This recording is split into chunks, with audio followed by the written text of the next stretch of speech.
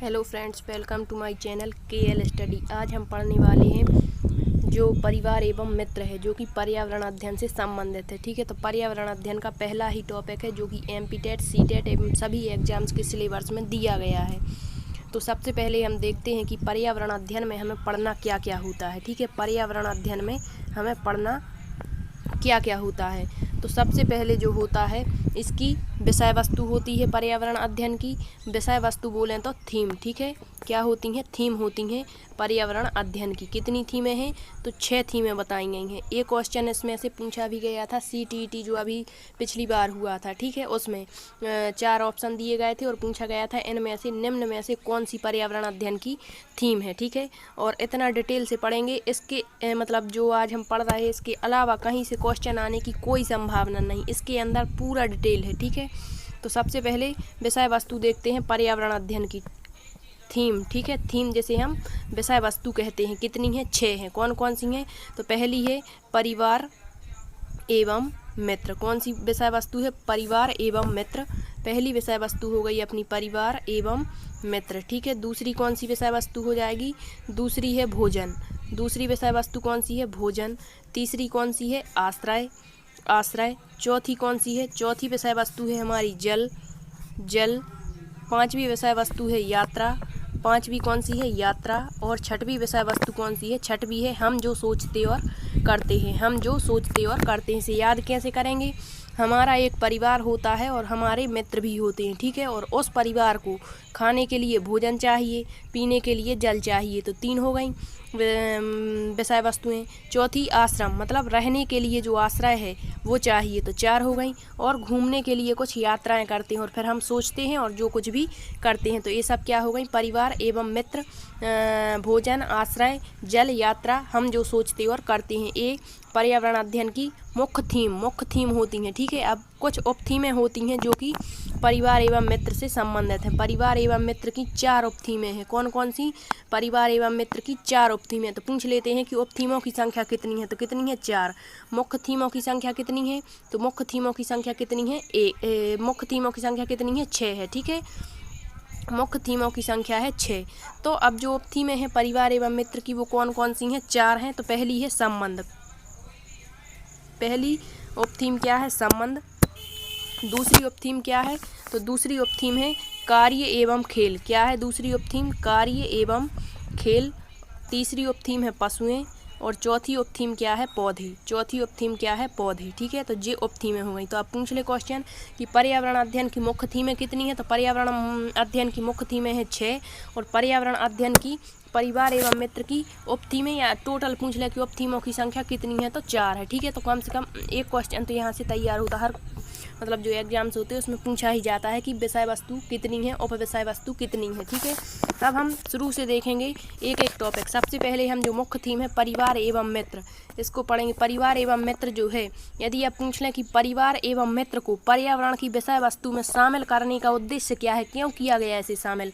इसे नहीं भी कर सकते थे, तो क्यों किया गया इसे देखते हैं। जो हमारा NCF नेशनल क्यूरिकुलम फ्रेमवर्क 2005 है, इसके अनुसार जो पर्यावरण शिक्षण का उद्देश्य है वह बालक के जो स्कूली जीवन है, केवल स्कूल के जीवन में ही ना होकर उसे बाह्य वातावरण के साथ जोड़ना। बाह्य वातावरण में मतलब बाह्य परिवेश के साथ जोड़ना ही इसका उद्देश्य है परिवार एवं मित्र को। अब जो पर्यावरण अध्ययन है वो कक्षा 3 से पढ़ाया जाता है। कहाँ से पढ़ाया जाता है? कक्षा 3 से। तो ये भी पूछा गया क्वेश्चन, कक्षा 3 से पढ़ाया जाता है। तो कक्षा 1 और 2 में फिर कैसे पढ़ाते हैं? तो 1 और 2 में जो पर्यावरण अध्ययन है इसे भाषा और गणित के माध्यम से पढ़ाया जाता है। भाषा एवं गणित के माध्यम से। तो कक्षा 1 और 2 में जो पर्यावरण अध्ययन है वो भाषा और गणित के माध्यम से पढ़ाया जाता है। अब कैसे पढ़ाया जाता है? जैसे हमने कहा गणित, गणित के माध्यम से कैसे? जैसे 1 लिखा हमने, तो ये तो गणित होगा और एक बड़ा सा सेव बना दिया, तो ये क्या हो गया? पर्यावरण से संबंधित हो गया एप्पल। ठीक है, परिवेश से संबंधित इस टाइप से। इसी टाइप भाषा से भी रिलेटेड करके पढ़ाया जाता है। तो यदि पूछ लें कि पर्यावरण अध्ययन किस कक्षा से पढ़ाने की शुरुआत की जाती है, तो कक्षा 3 से। ठीक है, और 1 और 2 में कहाँ से पढ़ाया जाता है? तो 1 और 2 में भाषा और गणित के माध्यम से। अब क्यों शामिल किया गया, तो स्कूली जीवन को वह वातावरण के साथ जोड़ने के लिए। अब आगे दिया है परिवार। परिवार शब्द के कई अर्थ होते हैं। परिवार क्या है, अर्थ क्या है, किस भाषा से लिया गया है, ठीक है। तो जो परिवार शब्द है वो अंग्रेजी के फैमिली का हिंदी अनुवाद है। मतलब अंग्रेजी के फैमिली शब्द का हिंदी अनुवाद क्या है, परिवार है। अब जो अंग्रेजी का फैमिली शब्द है, अंग्रेजी का जो फैमिली शब्द है वो लैटिन या इसे ही रोमन कह देते हैं, लैटिन या रोमन भाषा के फैमुलस से बना है। फैमुलस, इसकी स्पेलिंग अच्छे से याद करें, फैमुलस FAMULUS, ठीक है। फैमुलस से बना है जिसके कई अर्थ हैं, सबसे पहले सामान्य अर्थ क्या होता है, सामान्य अर्थ होता है, देखो परिवार शब्द फैमिली का हिंदी रूपांतरण है और फैमिली शब्द जो है वो लैटिन या रोमन भाषा के फैमुलस से बना है जिसके कई अर्थ होते हैं। अब सबसे पहले सामान्य अर्थ। सामान्य अर्थ क्या होता है, किसी भी चीज़ की जड़ें या उसकी बुनियाद ही परिवार है। मतलब हमारी जो परिवार है उसकी या जो हमारी फैमिली है उसे जड़ माना जाता है, किसका, जीवन का, ठीक है, या बुनियाद मानी जाती है। सामान्य अर्थ हैं इसके। परिवार एक सामाजिक संस्था है, ये भी सामान्य अर्थ है। परिवार कैसी संस्था है, एक सामाजिक संस्था है। शिक्षा का अनौपचारिक साधन है। अनौपचारिक का मतलब होता है कहीं भी कुछ भी सीख सकते हैं, मतलब परिवार से, ठीक है, परिवार के सदस्यों से। और बच्चे की प्रथम पाठशाला क्या होती है, परिवार। तो ये हो गया परिवार के सामान्य अर्थ। संकुचित अर्थ में क्या होगा, संकुचित अर्थ जो होता है परिवार का, संकुचित अर्थ होता है परिवार का नौकर या सेवक, ठीक है। फिर व्यापक अर्थ क्या है, परिवार। व्यापक अर्थ में वह परिवार जिसमें माता पिता, विवाहित और अविवाहित बच्चे, अन्य सदस्य जो अधिकारों और कर्तव्यों से जुड़े हों और अपने उत्तरदायित्वों का निर्वाह करते हों। तो देखो, विवाहित अविवाहित बच्चे हों, माता पिता हों और अन्य सदस्य जैसे दादा दादी, चाचा चाची और अन्य जो भी ताऊ ताई आदि सब इसमें आ जाते। तो व्यापक अर्थ जो उत्तरदायित्व मतलब अपने उत्तरदायित्व का निर्वाह करते हैं और अधिकारों और कर्तव्यों से जुड़े रहते हैं। अगला अर्थ क्या है परिवार का, जैविक इकाई के रूप में। जैविक इकाई, जैविक से अर्थ क्या होता है, वंश परंपरा, ठीक है। तो जैविक में क्या, माता पिता होंगे या परिवार में कम से कम ऐसे 2 सदस्य होंगे जिनके बीच में यौन संबंध पाया जाता है और संतान उत्पन्न कर सकते हैं, ठीक है, और समाज द्वारा उसे स्वीकृति दी जाती है संतान उत्पन्न करने की, यही जैविक अर्थ है। तो जैविक अर्थ क्या है, एक परिवार वह समूह है जिसमें स्त्री पुरुष की यौन संबंधों की स्थापना और संतान पैदा करने के लिए समाज स्वीकृति देता है। ये क्या हो जाएगा, जैविक अर्थ। संतान प्राप्त मतलब संतानों को उत्पन्न करने की स्वीकृति समाज खुद देता है, ये जैविक इकाई के रूप में इसका अर्थ हो गया। फिर दिया है सामाजिक इकाई के रूप में। तो परिवार जो होता है वो स्त्री पुरुष का समूह है जो विवाह, रक्त और गोद संबंधों के आधार पर निर्मित होता है। समाज में विवाह, रक्त और गोद संबंधों के आधार पर निर्मित हो, यह सामाजिक इकाई के रूप में परिवार का अर्थ है। अब दिया है परिवार सामाजिक जीवन की कैसी इकाई है, लघुत्तम इकाई है सामाजिक जीवन की। हमारा समाज बहुत बड़ा है और उसमें मतलब जो एक हमारा छोटा सा परिवार होता है वो उसकी लघुत्तम इकाई माना जाता है समाज से, क्योंकि परिवारों से मिलकर ही समाज का निर्माण होता है। इस कारण से परिवार सामाजिक जीवन की लघुत्तम इकाई है। अब क्या दिया है, परिवार में पति पत्नी और बच्चों का होना अति आवश्यक है। क्यों, क्योंकि एक की भी कमी होने पर वह परिवार ना होकर गृहस्थी कहलाता है, वह परिवार नहीं कहलाता, फिर क्या कहलाता है, गृहस्थी। इस कारण से परिवार में पति पत्नी और बच्चों का होना अति आवश्यक है। आगे देखते हैं परिवार की प्रमुख परिभाषाएं जो कि बहुत ही महत्वपूर्ण है। सबसे पहली परिभाषा दी गई है मैकाइवर एवं पेज की। मैकाइवर एवं पेज की कई बार पूछी गई परिभाषा है। क्या कहा है इन्होंने, परिवार एक समूह है जो यौन संबंधों पर आधारित है। तो बस इतना याद कर लें कि यौन संबंध, और यौन संबंध जहां आ जाए वहां पर मैकाइवर एवं पेज, ठीक है, यौन संबंध मैकाइवर एवं पेज। फिर इसके बाद अगली परिभाषा दी गई है विलियम एफ ऑगबर्न की। विलियम एफ ऑगबर्न ने क्या कहा है, परिवार पति पत्नी और बच्चों का लगभग एक स्थायी समूह है। क्या है, स्थायी समूह की बात कौन करते हैं, विलियम ऑगबर्न। ऑगबर्न क्या कहते हैं, एक स्थायी समूह है कौन, परिवार। अब यहाँ इन्होंने केवल स्थायी की बात की है, जबकि परिवार जो होते हैं वो स्थायी और अस्थायी दोनों होता है, स्थायी भी होता है और अस्थायी भी होता है। अब अस्थायी कैसे होता है, तो एक संस्था के रूप में जो परिवार है वो तो स्थायी है, ठीक है, और अस्थायी कैसे है, तो हमारे घर के सभी जो बुजुर्ग या बूढ़े लोग होते हैं वो मर जाते हैं और परिवार कैसा हो जाता है, अस्थायी अर्थात टूट जाता है। तो इस टाइप से अस्थायी माना जाता है। इसके बाद अगली परिभाषा दी है क्लेयर की। क्लेयर ने क्लियर कर दिया था कि परिवार जो होता है वो माता पिता और उनके बच्चों के बीच पाए जाने वाले संबंधों की व्यवस्था है। रेमंड ने क्या कहा है कि दो बच्चे भले ही एक ही विद्यालय में पढ़ते हों, एक ही शिक्षक से प्रभावित हों, समान अध्ययन करते हों, लेकिन फिर भी उनमें अंतर पाया जाता है। यहाँ क्या दिख रही है? व्यक्तिगत विभिन्नता दिख रही है, अर्थात दो व्यक्ति कभी भी समान नहीं होंगे। ठीक है, ये बात किसने की है? रेमंड ने, कि भले ही एक ही शिक्षक पढ़ाता हो, समान शिक्षा ग्रहण करते हों, समान शिक्षकों से प्रभावित होते हों, लेकिन जिस परिवेश से वो आते हों उसमें अंतर होता है। इस कारण से रेमंड ने ये परिभाषा दी है दो बच्चे वाली। ठीक है, तो दो बच्चे भले ही एक विद्यालय में पढ़ते, एक समान व्यक्तिगत विभिन्नता याद रखना, रेमंड। ठीक है, अगली परिभाषा दी गई है डाकरमैन की। डाकरमैन ने क्या कहा है? इसमें इतना याद रखना, डाकरमैन, डाकर माने लाकर और लाकरमैन मतलब पुरुष गृहपति होता है, मतलब घर का जो मुखिया होता है वो कौन होता है?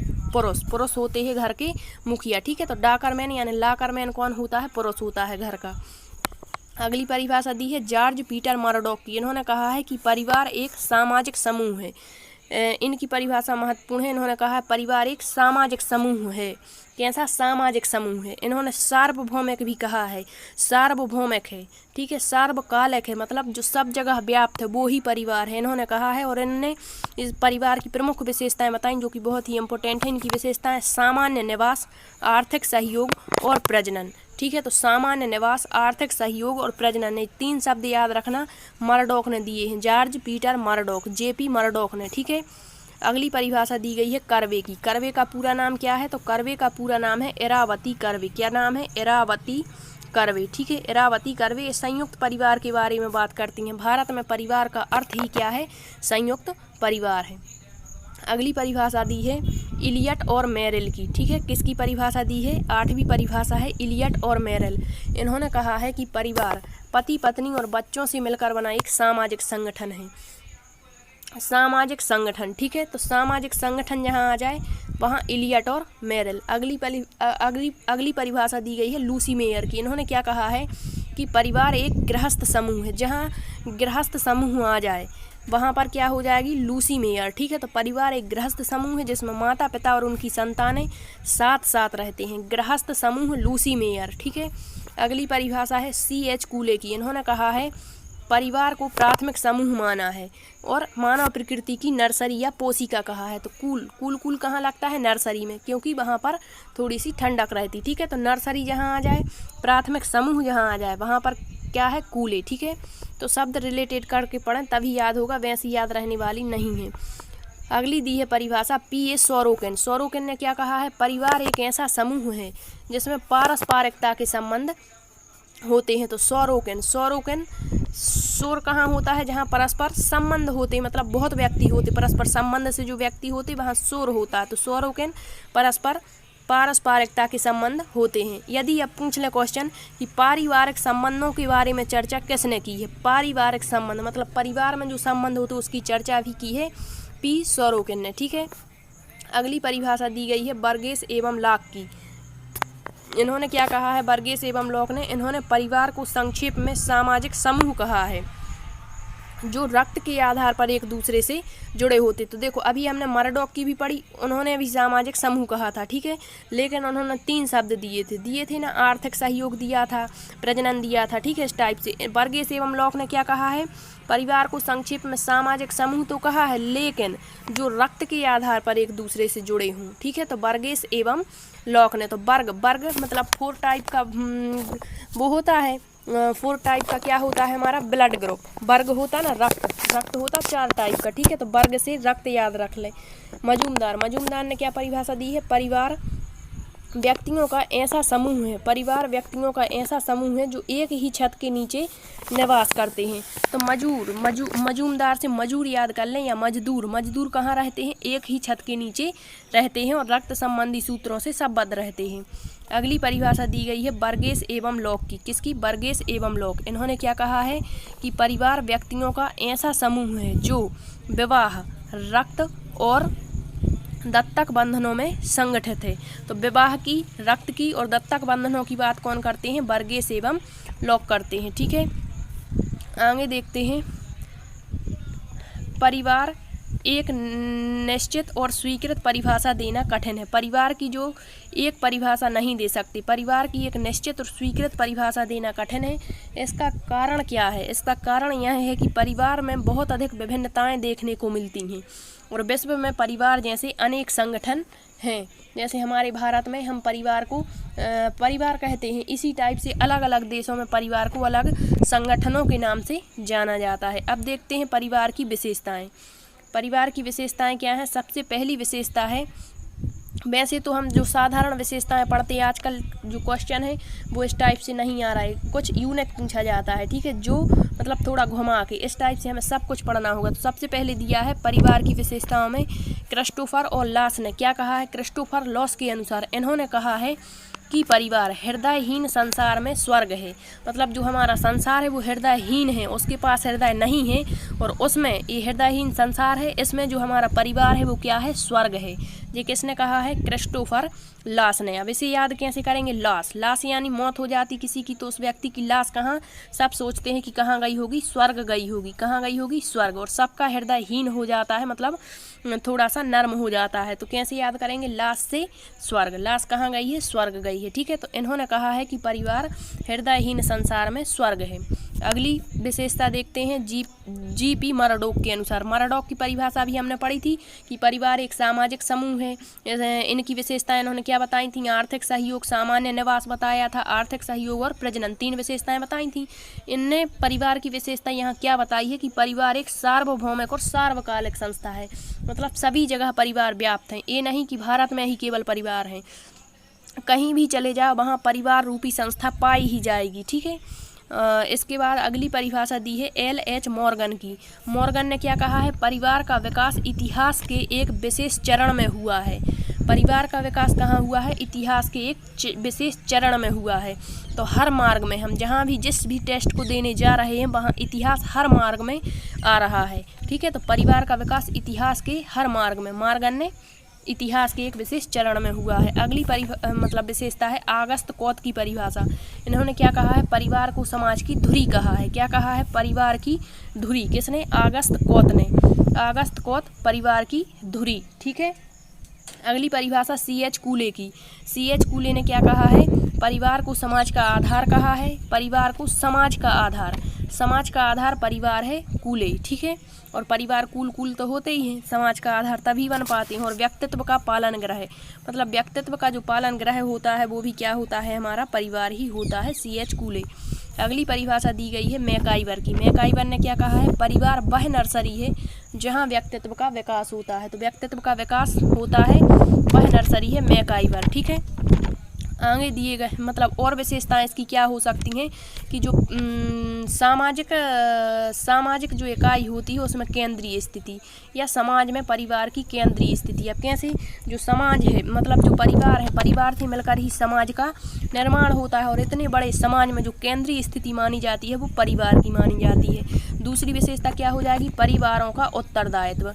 जो परिवार के लोग होते हैं वो किसी भी कार्य को करने के लिए तत्पर रहते, किसी भी प्रकार का बलिदान दे सकते हैं और सभी लोग अपना अपना उत्तरदायित्व निभाते हैं। एक विशेषता हो गई। अगली विशेषता क्या हो जाएगी? परिवार स्थायी और अस्थायी है। स्थायी और अस्थायी अभी हमने देख लिया था कि स्थायी मतलब एक संस्था के रूप में परिवार स्थायी है, और जब कुछ लोग यहाँ के मतलब जो बुजुर्ग होके मर जाते हैं तो परिवार कैसा? अस्थायी हो जाता है, अस्थायी, ठीक है। और भी विशेषताएं हो सकती हैं, जैसे यौन संबंध हो जाते हैं। यौन संबंध मतलब समाज द्वारा स्वीकृति मिलती है बच्चे पैदा करने की, ठीक है, तो इस टाइप से। और प्रजनन हो जाएगा।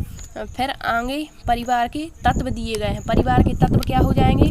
कम से कम परिवार में 2 व्यक्तियों का होना जरूरी है, एक स्त्री और एक पुरुष, तभी तो परिवार आगे बढ़ेगा, ठीक है। तो ये तत्व हो जाते हैं स्त्री पुरुष। लेकिन एक इसका क्या है? पालन महार कोलेंदो, जे एक महिला है कनाडा की, इनने कहा है कि एक व्यक्ति भी परिवार का गठन कर सकता है। तो पूछ सकते हैं कि एक व्यक्ति भी परिवार का गठन कर सकता है, निम्न में से कौन इससे संबंधित? कौन है? कोलेंदा। कहाँ की हैं जी? कनाडा की, ठीक है।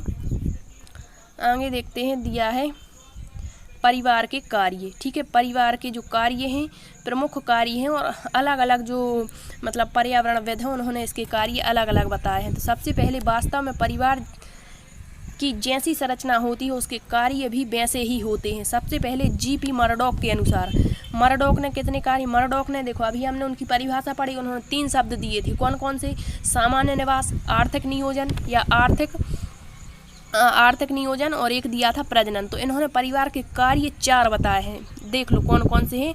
4 कार्य हैं, आर्थिक सहयोग वो ही आ गया, और आर्थिक आवश्यकताओं की पूर्ति, शैक्षिक और समाजीकरण के कार्य, मतलब समाज क्या बताया है कि परिवार एक सामाजिक समूह, तो समाजीकरण के कार्य, यौन आवश्यकता की पूर्ति वही आ गया ना प्रजनन, ठीक है, प्रजनन बताया था, और बच्चों का जन्म, तो एक ही अलग से जुड़ गया, ठीक है। तो कितने कार्य बताए, आर्थिक सहयोग, आर्थिक आवश्यकताओं की पूर्ति, शैक्षिक और समाजीकरण के कार्य, यौन आवश्यकता की पूर्ति और बच्चों का जन्म, किसने, मर्डॉक ने। और ये कार्य पूछे जाते हैं कि निम्न में से मर्डॉक के अनुसार कौन कौन से कार्य हैं, कौन नहीं है, ठीक है। अगले जो कार्य बताए हैं किसने, टालकट पार्सन्स ने। टालकट पार्सन्स ने कार्य क्या बताए हैं, इन्होंने 2 कार्य बताए हैं परिवार के, एक तो समाजीकरण और एक मनोवैज्ञानिक समर्थन, टालकट पार्सन्स, ठीक है। अगली जो कार्य हैं वो आगबर्न और निम्नकाफ ने बताए हैं, आगबर्न और निम्नकाफ, इन्होंने कितने परिवार के जो कार्य हैं वो 6 कार्य बताए हैं। कितने कार्य बताए इन्होंने, 6 कार्य बताए हैं। पारिवारिक विभाजन 6 कार्यों में इन्होंने विभक्त किया है परिवार के कार्यों को, कौन कौन से, आर्थिक, प्रकृत्यात्मक, रक्षात्मक, आनंदपद, धार्मिक, शैक्षणिक क्रियाकलाप। अब इसकी ट्रिक देख लेते हैं, थोड़ा सा बड़ा है जी।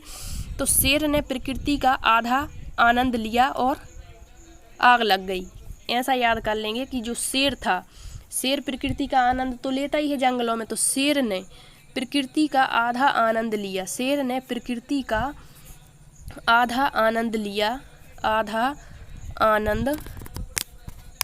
और आग लग गई, तो फिर आनंद नहीं ले पाया और क्या हो गई, आग लग गई। तो शेर से क्या हो जाएगा, शैक्षणिक क्रियाकलाप, क्या हो गया जी, शैक्षणिक क्रियाकलाप। शेर ने प्रकृति से क्या हो जाएगा, प्रकृत्यात्मक कार्य का आधा से आर्थिक हो जाएगा, धा से धार्मिक हो जाएगा, तो 4 हो गए।